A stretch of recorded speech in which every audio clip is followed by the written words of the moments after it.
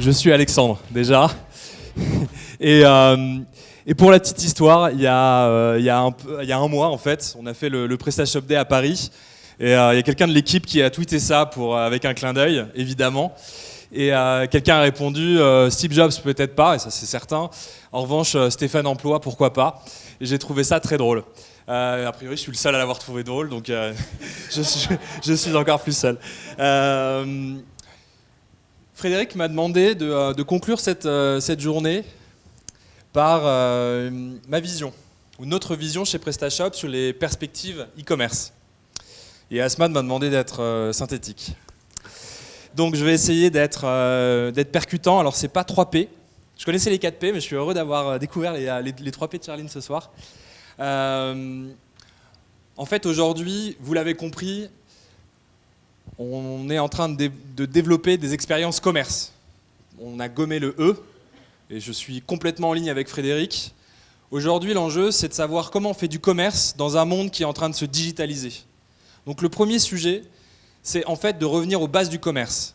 Le commerce, c'est quoi? C'est acheter et vendre des produits à un client, engager une relation. Et donc le premier sujet autour de ce client, ça va être de pouvoir engager avec lui autour d'une expérience. Et la perspective e-commerce, ou plutôt la perspective commerce, encore une fois, c'est de savoir comment vous allez pouvoir développer l'expérience omnicanale de votre client. Comment il va interagir avec votre marque, avec votre boutique, ou avec votre offre en fait, que ce soit dans une boutique physique, dans votre boutique en ligne, sur une marketplace, sur les réseaux sociaux, on est sur ces sujets-là. Et quand je parle de multicanal ou d'omnicanal, c'est évidemment canal de vente, et ces différents canaux de vente, les réseaux sociaux sont en train de le devenir, Google aussi, avec Google Shopping Actions, qui est lancé en France, mais aussi ces canaux ou ces supports de vente avec le mobile. Comment vous unifiez en fait cette expérience? Et c'est ça la première perspective pour le e-commerce, c'est de savoir comment finalement on ne va plus seulement parler de e-commerce qui grossit. Aujourd'hui, le e-commerce en France, c'est 93 milliards d'euros de chiffre d'affaires. C'est une croissance à 13% en 2018. Et on reste sur ce trend pour cette année. Mais c'est réintégrer ça dans la notion de commerce global. Aujourd'hui, le e-commerce, c'est un peu moins de 10% du commerce en général. Demain, ce sera sûrement plus, mais on aura toujours besoin des magasins. On aura toujours besoin de ces différents canaux. Et donc cette perspective, elle est d'une expérience qui soit unifiée pour un client qui va pouvoir se retrouver sur ces différents points de contact avec vous. La deuxième perspective, elle est encore liée au client, toujours. C'est une perspective qui est liée autour de la connaissance de ce client. Et la connaissance de ce client, finalement, ça se passe un peu comme dans une boutique. Vous voyez le client entrer, vous le toisez d'une certaine manière pour savoir par quoi il va être intéressé, qu'est-ce qu'il regarde, qu'est-ce qu'il va toucher comme produit.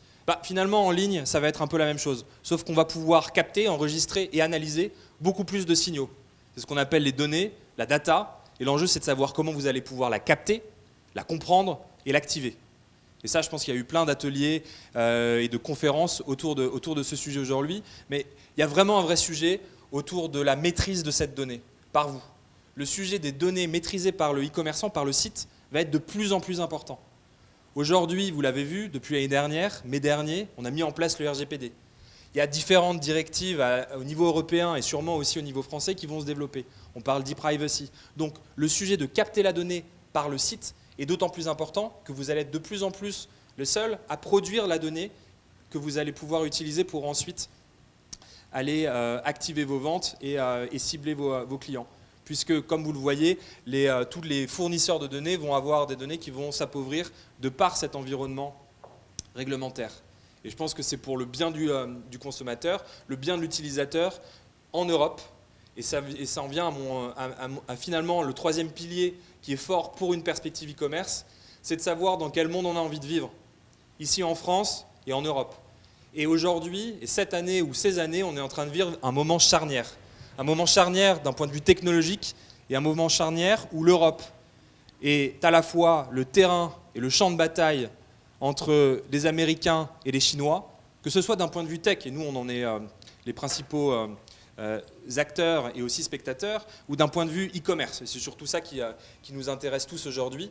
Et on le voit bien entre des groupes, que ce soit Amazon, Google, Facebook, certains viennent du e-commerce pur et d'autres émergent sur le sujet, ou le groupe Alibaba, qui font de l'Europe finalement un champ de bataille. Et notre manière d'émerger, ça va être à travers ces valeurs qui vont s'exprimer par un champ réglementaire, parfois un peu trop poussif, parfois un peu trop lourd. Encore une fois, on revient au RGPD, mais pour le bien. En fait, qu'est-ce que vous avez envie d'exprimer vis-à-vis de vos marchands?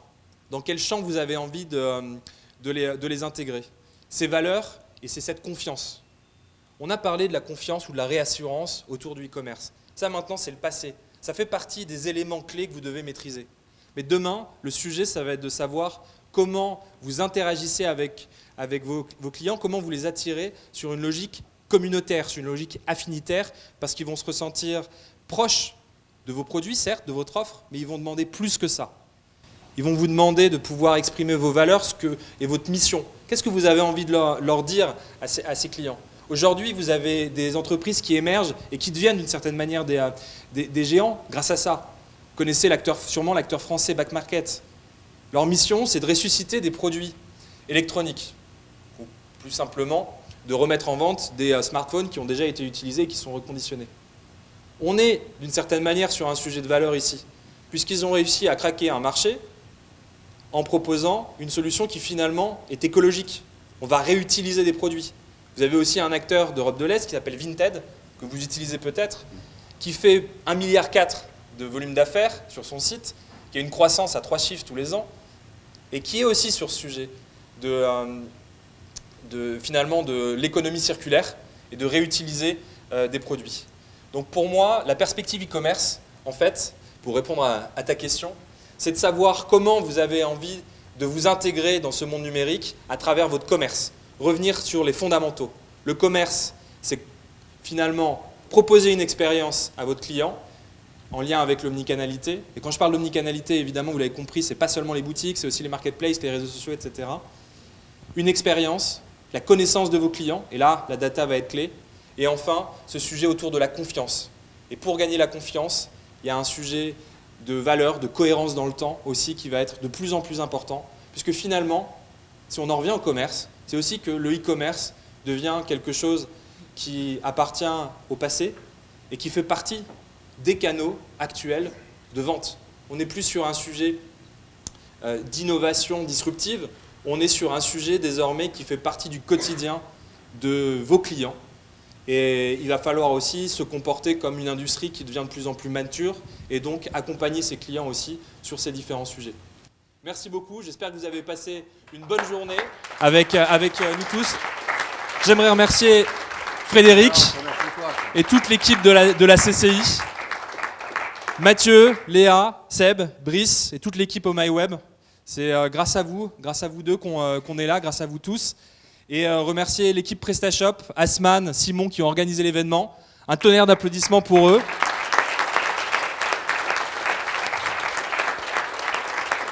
Et puis, tout le reste de l'équipe de PrestaShop, on était quasiment 10 aujourd'hui pour être avec vous, pour vous parler de produits d'expérience avec Cécile, pour discuter de partenariat avec Christophe, pour vous parler de design avec Sébastien.